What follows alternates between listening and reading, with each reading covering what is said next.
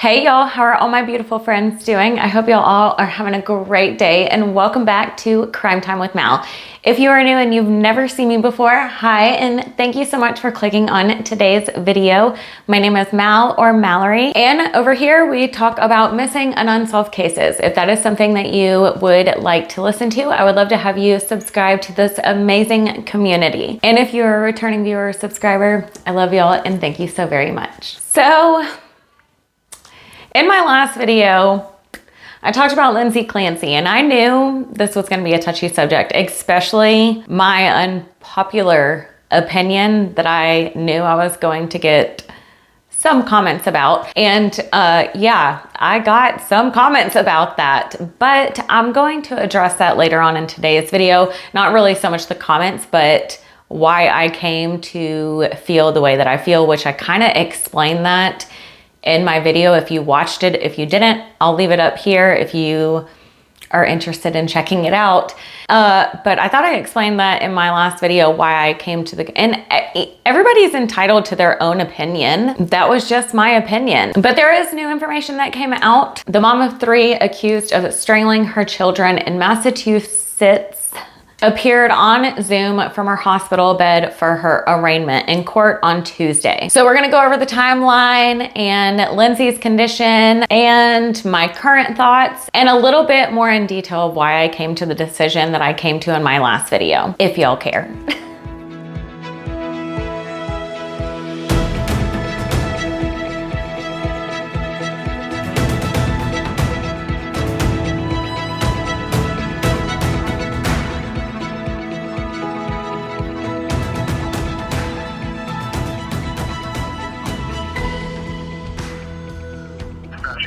Respond with the police. 4747 Summer Street. Female party jumped off the top floor of the house in the suicide attempt 1812. Quick fire dispatch hands in 2 car 3A147 Summer Street. Respond with the police. Female party jumped off the top floor of the house. It's slice her wrist as well. And neck injuries, neck laceration. She's conscious at this time. We're going to check with MedFlight. It was over a 20-foot fall.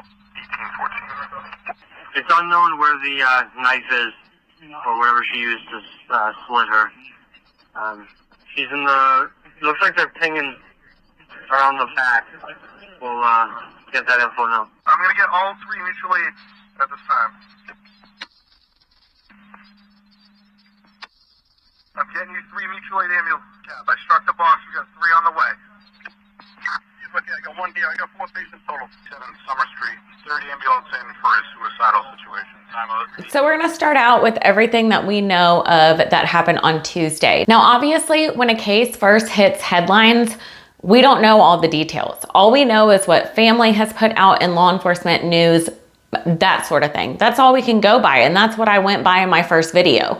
So now more details are coming out. So we're going to go over what happened on Tuesday at the arraignment, as well as the timeline later on of what happened that horrific day. Tuesday, January 24th started off like any other normal day for Lindsay. She took her one of 3 children, her oldest little girl, Cora, to the pediatrician for a morning doctor's appointment. Everybody there said that she acted completely normal and she left with Cora and went back home. She took her kids outside to play in the snow. They built a snowman. She sent pictures to her mom and to Patrick, her husband, and nothing in those text messages was said to be out of the ordinary. Then later that day at 4:02 p.m., Lindsay searched kids Miralax in Google. And then at 3:13, Lindsay searched Takeout 3V, which is a restaurant not really in their area, but around their area. And then she pulled up Apple Maps on her phone to determine the time it would take somebody to get from her house to the restaurant, which her home was in Duxbury and the restaurant was in Plymouth. At 4:47 p.m., Lindsay searched for the CVS in Kingston off Summer Street and called up the manager and asked if they had children's Miralax. Then at 4:53 p.m., Lindsay texts Patrick, who was working in their basement at his home office, office and said, "Is there any chance you want to do takeout at 3V? I didn't cook. It's been a long day." Patrick responded yes, and for her to check the menu. At 5:06, Patrick asked her what she's gonna order. She responds, "The Mediterranean Power Bowl." And then Patrick responded what he wanted. At 5:10, Lindsay calls 3V, places the to-go order, and places it under Patrick's name for pickup. 5 minutes later, at 5:15, Lindsay texts Patrick, "Pedialyte liquid stool softener pickup at CVS." At 5:32, Patrick is seen at CVS on video surveillance at the one in Kingston on Suburban Road picking up the medicine. And then at 5:53, Patrick calls Lindsay. The call lasts for 14 seconds, and it was just Patrick confirming to Lindsay that this was the medicine that he was supposed to pick up. At 5:54, Patrick arrived at 3V, paid for their food, and was on his way back home. At 6:09, Patrick walks inside and he says that it was extremely silent. He yells out for Lindsay and he gets no response. He said he also did not hear the children. So he walked upstairs to where their bedroom was, saw some blood, saw the window was open. He ran outside to the backyard and found Lindsay laying on the ground, unconscious with cuts to her wrists and to her neck. He immediately called 911 and asked Lindsay, "What did you do?" She responded, "I tried to unalive myself and jump out the window." During that 911 call, you can hear Patrick ask Lindsay, "Where are the kids?" And he later responds to dispatch saying that they are in the basement. As soon as emergency crews arrive, Patrick asks them to stay with Lindsay because he needs to find his kids. Patrick heads off, runs to the basement. He calls out, "Guys," and then began screaming in shock and agony and sees all three of his children laying there on the ground with exercise bands still around their neck. You can hear Patrick yelling and screaming, begging them to start breathing, saying she killed the kids, and he removes the exercise bands from their neck. And prosecutors said that Lindsay planned this because she used Apple Maps to figure out how much time and to make sure she had enough time to strangle all three children when she was the one that sent him to go do these errands. She continued by saying that Lindsay is a danger to herself and to others. And during Lindsay's arraignment, she laid in her hospital bag with a mask and a neck brace. She suffered serious spinal injuries that left her paralyzed. Her defense said that Lindsay was fighting serious mental health issues and was being over-medicated as she sought out treatment. Now, I do have to say, this is a problem, and doctors are known to, instead of necessarily treating with like therapy or treatment and stuff like that, they use medicine as treatment, and sometimes it can do the opposite, and sometimes those effects on that medication can be more harm, can do more harm than good, and that you just need to find the right medication for your body. But we're going to go over how much medication that she has been prescribed and the amount of time, and I do think it's a lot, and you can't really decipher what's working, what's not working when you are taking that much in that short of time. But later on, Patrick did say that that day his wife was having one of her best days yet after her very long struggle with anxiety. But her defense again says that Lindsay was trapped in a living hell after being prescribed 13 different medicines in the 3 months leading up to this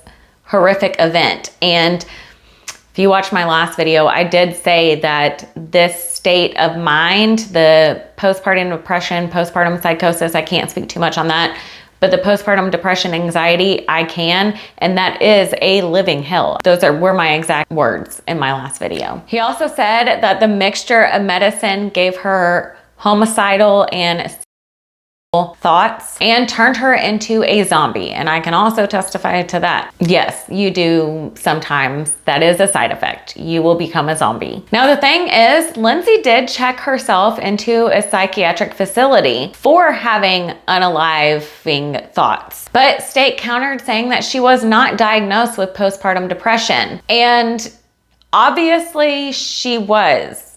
Whether it was officially diagnosed, she was on antidepressant and anti-anxiety medications, several of them.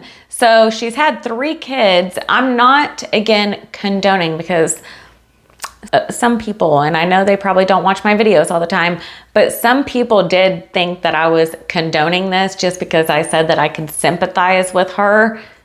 But I'm not condoning what she did. But I am saying that obviously she had those symptoms because she was on that medication. She also said that Lindsay called Patrick from her hospital bed and told Patrick that Lindsay suffered from a moment of psychosis. Prosecutors requested that Lindsay be held without bail, but instead the judge ordered Lindsay to remain in the undisclosed hospital until she is recovered. And then after that, she will be moved to a rehabilitation facility. And her friends have posted several statements about Lindsay and making awareness for postpartum depression and anxiety, and just saying how wonderful of a person she was or is. And sorry, she's still alive.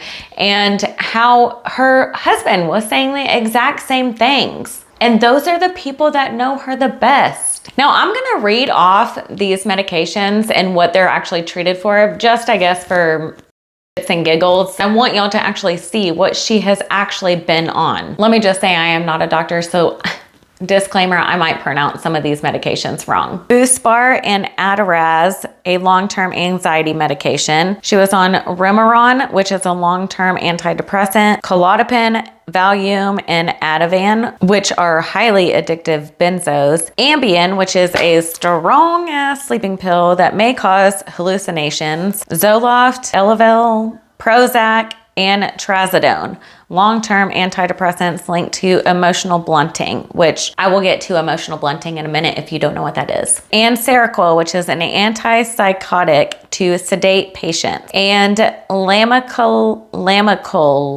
y'all, I can't even, to treat bipolar. Now, emotional blunting is a sense of numbness which can affect positive and negative feelings. So you just won't have any feelings at all. And those can come from SSRIs, which is antidepressants and anti-anxiety medication. That is unfortunately a side effect. And I experienced that very heavily with Zoloft and Prozac. And let me just tell you, every single person is different. What may work for me may not work for you, and vice versa. And y'all, to be completely honest, I don't know what to think. Obviously, the prosecution is gonna come after Lindsay because 3 innocent, beautiful babies were taken in a not fair way by the hands of their mother. So I get it. I don't know, I just supported her 100% in my last video and I felt for her, but I don't know, I don't know what to think now, and I think I need more evidence. I think her searching all this stuff and making sure that he goes away and that he's not home during this time, that makes me question a lot of things. So, but obviously she was not in her right mind, because I feel like she could have just taken her baby's life and not done hers. But she was obviously sick and is obviously sick because she tried to take her own life along with her children. And now she is going to have to live paralyzed without her children. And I'm just gonna say right here, right now, I will never, not one time, apologize for being too kind or for not judging somebody too quick or for having compassion. I think the world is seriously lacking that nowadays, and I will never be that person. I will always give somebody the benefit of the doubt until they prove me wrong, no matter what. But y'all let me know in the comments what you think. Please be kind, okay? Please, we can all have our own opinions. It is very easy. We're all adults, I think. We can all have our own opinions.